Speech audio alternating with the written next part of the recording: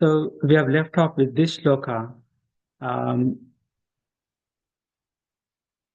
So on the other side, both Lord Krishna and Arjuna, stationed on a great chariot drawn by white horses, sounded their transcendental conch shells. So this is like, as I mentioned, it's a picture perfect shloka where you'll find this picture, Krishna and Arjuna blowing the conch shells, standing on the chariot. And we also mentioned that this chariot was given by Agni Deva, and here Krishna is mentioned as Madhava. Madhava. Ma means Lakshmi, and Dava means husband. So Krishna is none other than husband of Lakshmi. And here another thing that is mentioned here is Divya Shankau. Divya, now the concepts of Arjuna and Krishna, they are all Divya, that is transcendental, very spiritual nature. They are not material. But when Sanjaya mentioned about the conch shell of Bhishma, he did not mention it as Divya. One of the conch shells of Krishna and Arjuna are mentioned as a Divya, or they are transcendental. And another thing to note here is that on the Kaurava side, Bhishma sounded the conch shell, but on the Pandava side, Krishna sounded the conch shell first. Krishna is not even a commander in chief, but Krishna, wherever Krishna is there, he's always considered the supreme. He's the supreme. Whether he was a Don't overdo it. Yeah. Hey, grow yourself back up. Right. It's more like a mentally thing too. Me too. I was about to go to sleep. I was like, I really don't want to. And you feel like you did That's why I didn't change or anything. I just let me Yeah. so, Yeah, you go do that in 25. Yeah, there's a bunch of basketball games today, but I didn't watch any of them. Yeah. excuse me. Yeah, college is the peak. Soccer's good. Soccer.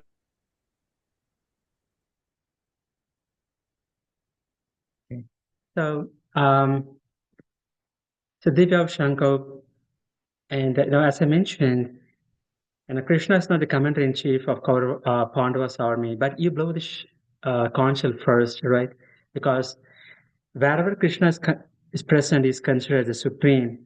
Even when he was a little baby, he showed his supremacy by killing Putana, by killing all the demonic people whom Kamsa sent to Vrindavana. So that shows his supremacy from the beginning of Krishna's birth.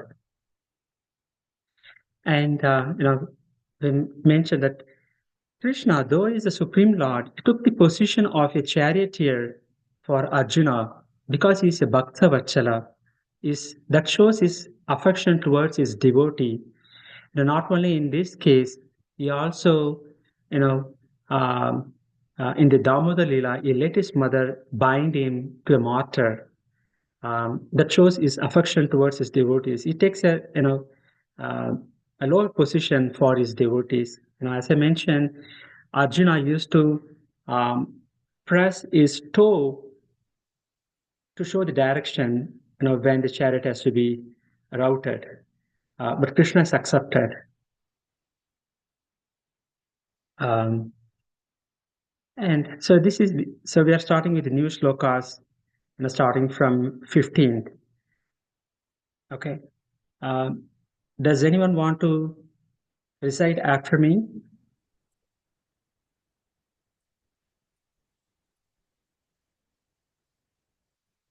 Okay. Kavin, Keshavan, are you there? Yeah. Yeah, can you recite these two shlokas? Paञ्चजन्यं हृषीकेशः देवदत्तं धनञ्जयः पौण्ड्रं दध्मौ महाशङ्खं भीमकर्मावृकोदरः अनन्तविजयं राजा कुन्तीपुत्रो युधिष्ठिरः नकुलः देवश्च सुघोषमणिपुष्पकौ. Thanks. Can someone read the translation?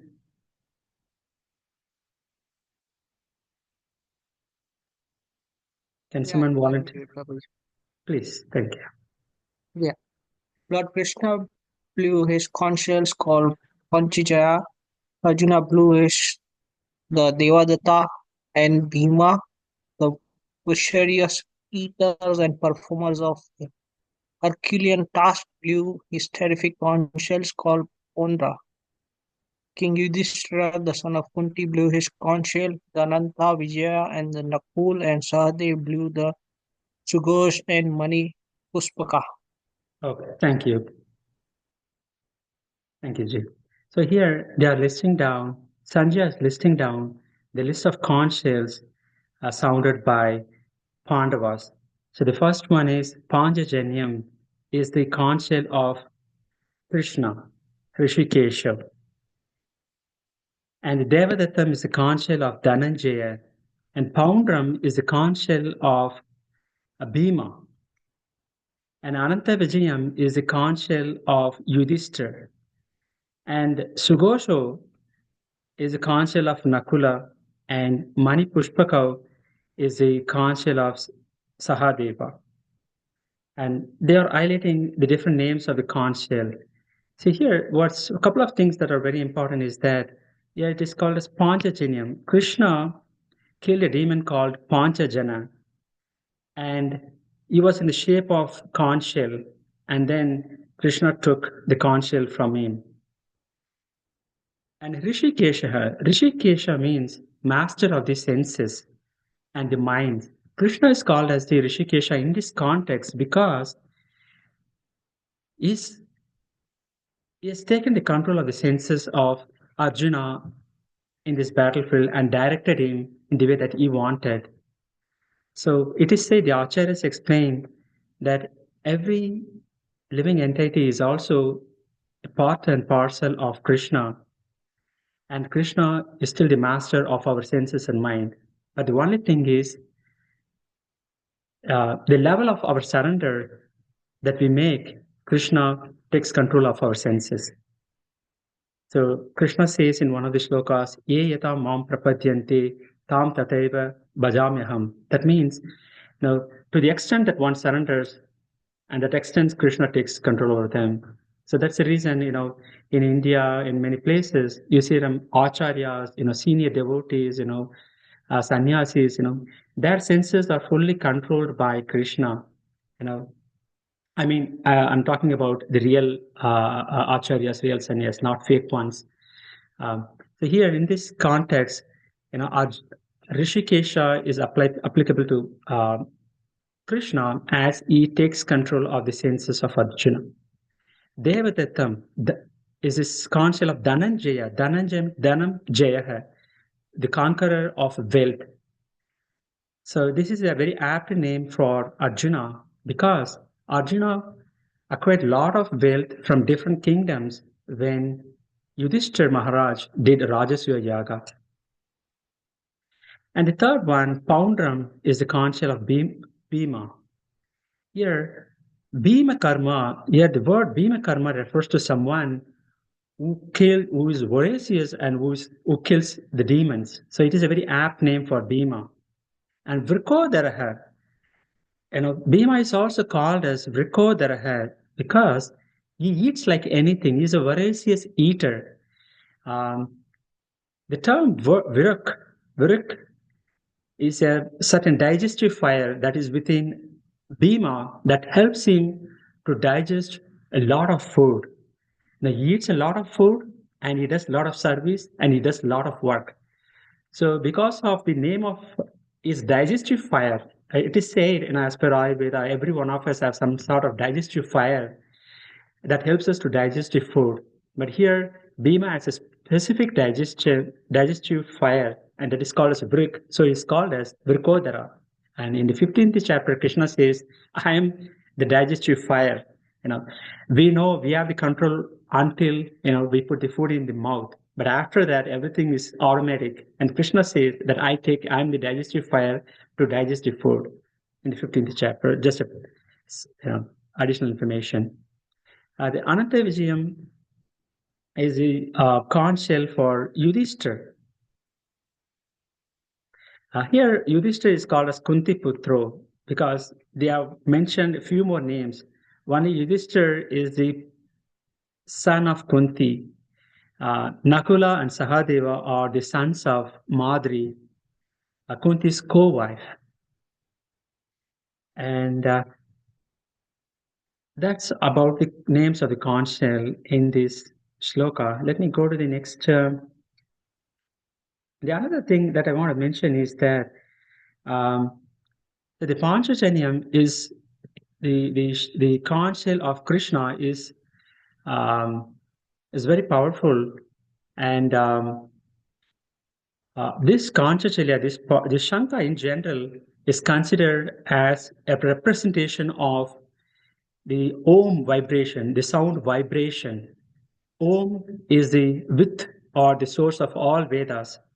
So in one of the Bhagavatam stories also, if you know Dhruva Maharaj, he was doing some tapasya to get the benediction from Vishnu. So, and then Vishnu appeared. So the Dhruva Maharaj was only 5 years old. And as soon as he saw Vishnu after his tapasya, he does not know what to speak. He does not know what to say. He said, oh my God, I do not know Vedas. I do not know any Shastras. I don't know how to glorify you. And then Vishnu will take his conch shell and he will just gently touch his cheek. And then you will start, glorifying Krishna, in a very eloquent language. So the conch shell, is considered as a source of Om and source of Vedas. The other thing is, even the Sudarshan Chakram, right? It leaves, Krishna for a moment to kill the demons or any miscreants. But the conch shell does not even leave Krishna or Vishnu or Narayana. It always stays there. So that is one of the peculiarity or specialty of conch shells that I just want to highlight. So if you see, Sanjaya explains only the conch shells of Pandavas. He does not explain conch shells of the Kauravas except Bhishma. It shows the speciality of the Pandavas. Let us go to the next slide. So we just studied about the different conch shells of Krishna, Arjuna, Yudhishthir, Bhima, Nakula, and Sahadeva. And the other thing I forgot to mention is that the name of Krishna varies based on his form, based on his activity. For example, if he kills the demon Madhu, he is called as Madhusudana. Since he is the son of Vasudev, he is called as Vasudev. Since he is the son of Devaki, he is called as Devakinandana. Since he is the son of Yashoda, he is also called as Yashodanandana. As a son of Nandana Maharaj, he is called as Nandanandana. As taking a role of charioteer for Partha, right? Partha is another name for Arjuna. Krishna is called as Partha Saradi. Okay. Now, this is a big one. There are two shlokas together. Does anyone volunteer to read after me?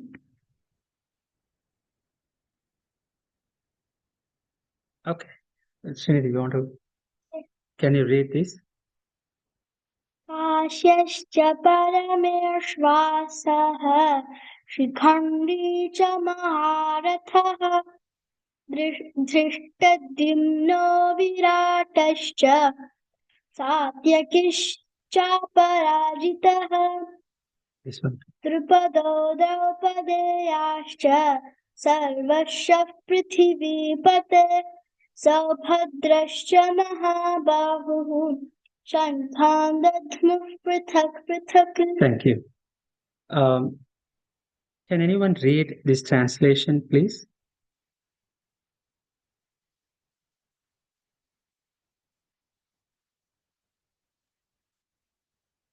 Is there any volunteer? I can read Prabhuji.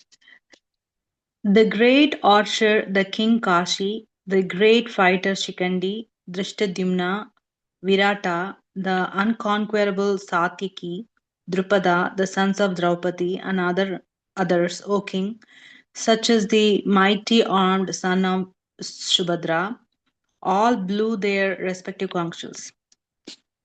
Right. So this is a further description of the the kings who blew their conch shells. So here, if you see, if you just add the number of people who sounded their conch shells for Pandava's side, Pandavas, there are around 18 people who sounded the conch shells. From Kauravas, it is only one who sounded the conch shell. Can anyone guess who is that?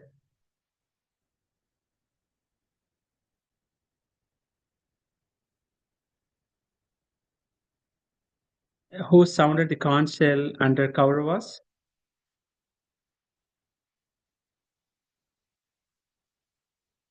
Okay, who? Bhishma. Bhishma, yes.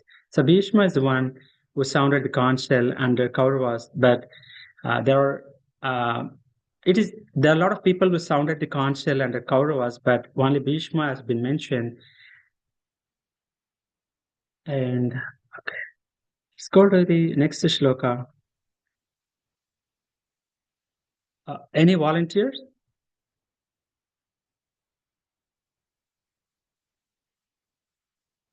Okay, or otherwise I will read. Saghosho dhartarashtraणां हृदयानि व्यधारयत् नभश्च पृथिवीं चैव tumulobyanunadayan. Any volunteer to read the translation?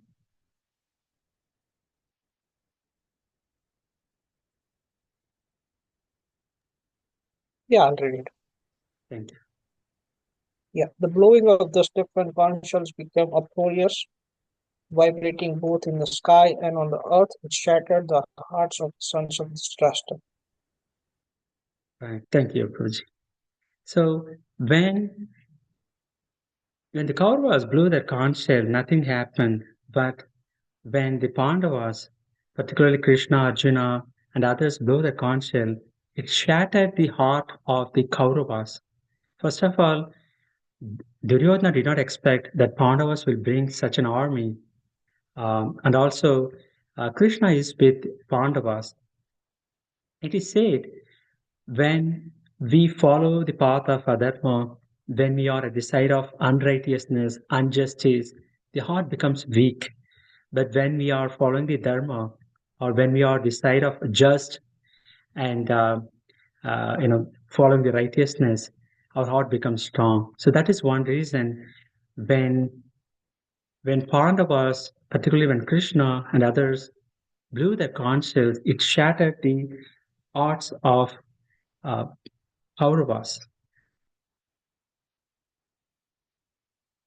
And it was vibrating both in the sky and on the earth.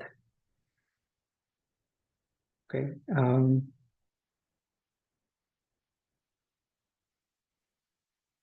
So this is also a very I'm just speeding up a little bit. This is also so far we are in the third topic, signs of victory of the Pandavas. Okay, so now can anyone point out the signs of victory of the Pandavas that we have learned so far? Just attempt. There is nothing like right or wrong. Can anyone attempt? What are the signs of victory of the Pandavas?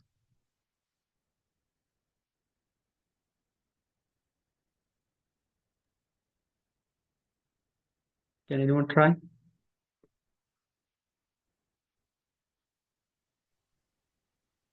Lord Shri Krishna is with Pandava's side. Right. And anything else?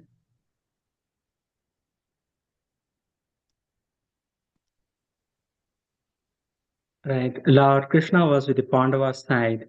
And wherever there is a Krishna, goddess of fortune, that is Lakshmi, will also be there. So that is another sign of victory for the Pandavas. And the other thing is, as it was mentioned here, the blowing of the conch shell, they are all divine in nature. That also shows that signs of victory for the Pandavas. And the next shloka that we will see, Lord Hanuman is also there in the flag of Arjuna. Now, wherever there is a Hanuman, there is also victory.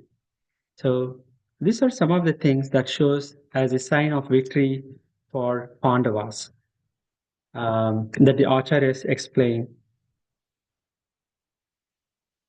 Okay, let us move on to the fourth section of this chapter. Arjuna is going to observe the armies. So this is where the real in the Bhagavad Gita will start within the next couple of slokas, and how Arjuna react on seeing the armies. Let me read this sloka. Atha vyavasthitan drishtva dhatarashtraन् kapidvajah pravritte shastra sampate dhanurudyamya pandavah Rishikesham tada vakyam idam maha mahipate.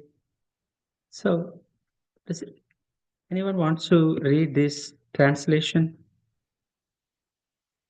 I can read. Please.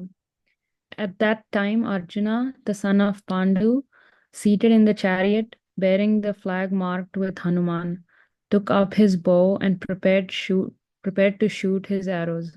O king, after looking at the sons of Dhritarashtra drawn in military array, Arjuna then spoke to Lord Krishna these words. Okay, thank you, Madhaj. So, this is when the climax of this chapter will start. So Arjuna, so far he was in fully energetic. So he took his bow and arrow, and then he was pointing. He was prepared to shoot his arrows. And another time, now he wants to take a look at the army. He wants to take a stock of the situation. He wants to know who are those people who are supporting Kauravas. He knows that all his relatives are there, within both the armies. But he wants to take a closer look. What are his friends who are now supporting Kauravas? So that's the reason he wanted to take a look at the army. And in next shloka, you will be requesting Krishna to park the chariot between those two armies. Here, few things are very important. Here they said Kapit Dvajah. Kapit Dvajah, it refers to, Hanumanji being present as an emblem in the flag of Arjuna. This is very significant. There are a couple of stories associated with this. I just want to show them. The emblem of Hanuman on the flag of Arjuna is another sign of victory. Both Rama and Hanuman were on the chariots, Arjuna's chariots. Rama and Krishna are the same. Both of them were on Arjuna's chariot. That itself, right, is another sign of great victory for Pandavas. Krishna is there, and Hanuman is there, and Arjuna's chariot is a gift from Agni Deva, and the goddess of fortune is there, and divine counsels are blown. So those are all the signs of victory for Pandavas. Now we are getting into the fourth topic. As I said, Arjuna is observing the armies. So is getting ready, and then in the next shloka, I will be asking Krishna to park the chariot between the two armies. So let us go to some details about Kapitdvajaha. Right? So I don't know, this picture is from Amar Chitra Kada. So one time Arjuna went to Rameshwaram, and then he was looking at the ocean, and he was looking at the Sri Lanka. He was thinking, Rama being a great archer, he could have just built a bridge of arrows. Now, why did he choose, the monkeys to help him? And if I were there in that position, I would have just, used my arrows to build a bridge between Lanka and, the Rameshwaram. And there was a little monkey came by that side, and the little monkey talked Arjuna was surprised. He said, "Oh no, your arrows will not withstand the weight of even a single monkey." And Arjuna got upset. He said, "No, I will build a bridge, which can accommodate any number of monkeys, not only you." Then he used his arrow and then built a bridge. And then the monkey stepped his first foot, and then the bridge was collapsed. And it happened. It happened a couple of times. And then Arjuna said, "I'm going to build one time now. If it collapses, and I will put myself on a fire." He took a vow, all right? And then what happened? He built a bridge, right? And then at the moment, the monkey started walking, but the bridge did not collapse. And both the monkey got surprised and Arjuna got surprised. And there was a Brahmana came there, and so you need an arbitration. Then, and the Brahmana said, sorry, and let me go back a little bit for the Brahmana came. He said that he's going to do an arbitration between Arjuna and the monkey. And then one last time, Arjuna built a dam or built a bridge of arrows, and then the monkey stepped into it. The bridge did not break. The monkey got surprised, and Arjuna got also surprised. And then the Brahmana has become suddenly Krishna as well as Rama. When the monkey looked at it, he was Rama. When Arjuna looked at him, he was Krishna. And the monkey is none other than Hanumanji. And then Hanumanji, blessed Arjuna that, when you fight, I will be in your flag as an emblem. He gave that, promise. And Krishna compromised both Hanumanji and Arjuna. And Krishna mentioned, you as servants to me, I want both of your service, and you need to collaborate each other, for efficiently, so that we can kill the miscreants in the upcoming war. And the other story of Kapitvajaha is, one day Bhima went to a forest to pick some flowers. On the path, he saw a monkey laying down. He was trying to lift the tail. He does not want to jump over it. And then he asked the monkey said, "I'm weak, you do it yourself." And Bhima said, "No, I can do it just like that." But Bhima tried so hard, he could not even move an inch. Then he asked the monkey, "Who are you?" Then Hanumanji revealed his full form, and then he said that, "I want to just test you." Both Hanuman and Bhima are Vayu Putras. They are the sons of the Vayu. And then Hanuman blessed Bhima and also said, "During your fight against the Kauravas, when you roar, I will also roar with you." That's one reason in the battlefield, when Bhima roared, there was a big sound that also shattered the hearts of the enemies when that happened. So overall, the Lord sees our bhakti, not our background. Whether it is Jadayu or Jambavan or Vibhishan, it is said the Lord always sees our bhakti, not our background. With this, let me complete it here. Does anyone have any questions or any thoughts? Just anyone want to add any other information for the benefit of others?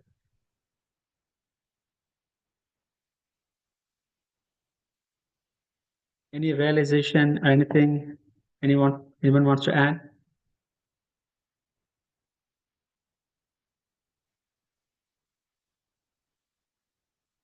Okay, so we will just do Ramanama here. This is a very beautiful shloka. We are in the fourth shloka of Nama Ramayanam. If you could read after me, that will be great. Sheshatalpa Shukar Nidrita Rama. शेषतल्पसुखनिद्रितरामा Sheshatalpa Shuka Nidrita Rama. शेषतल्पसुखनिद्रितरामा Sheshatalpa Shuka Nidrita Rama. शेषतल्पसुखनिद्रितरामा So I take shelter in Sri Rama. who delightfully sleeps on the bed of Shesha, the celestial serpent. So here, this is more about the Adisesha. Adisesha is also called as Anantasesha. Here the word Sesha refers to Seshatvam, that means one who provides service, selfless service, like the Anantasesha or Adisesha. During the Satya Yuga, when Narasimha Avatar happened, the Adisesha has become the Simhasana, the seat for Narasimha.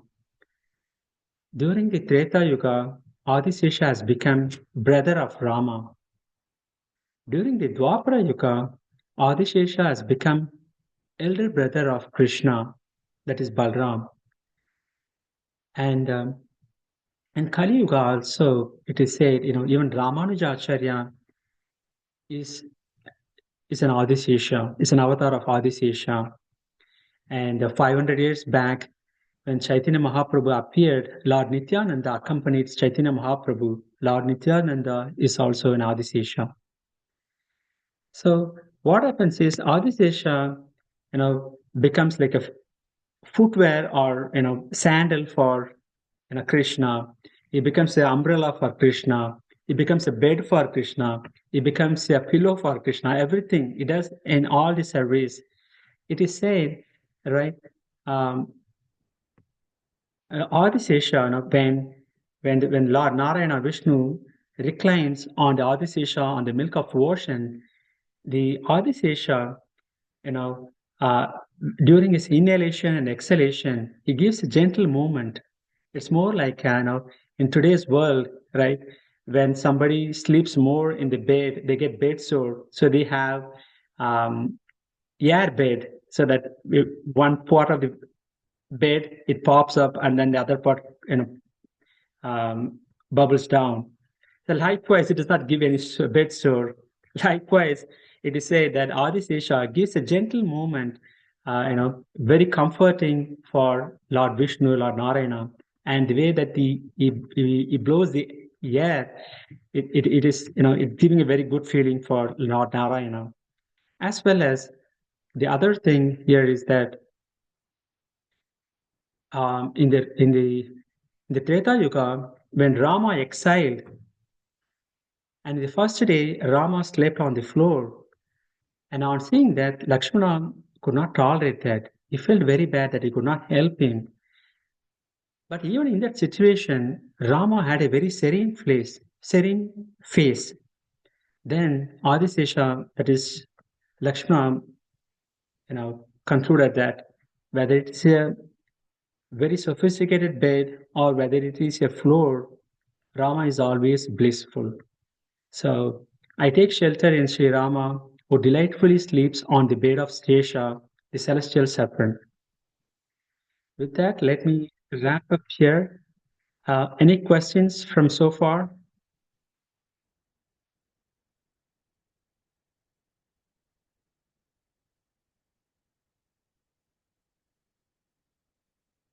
Any comments or thoughts?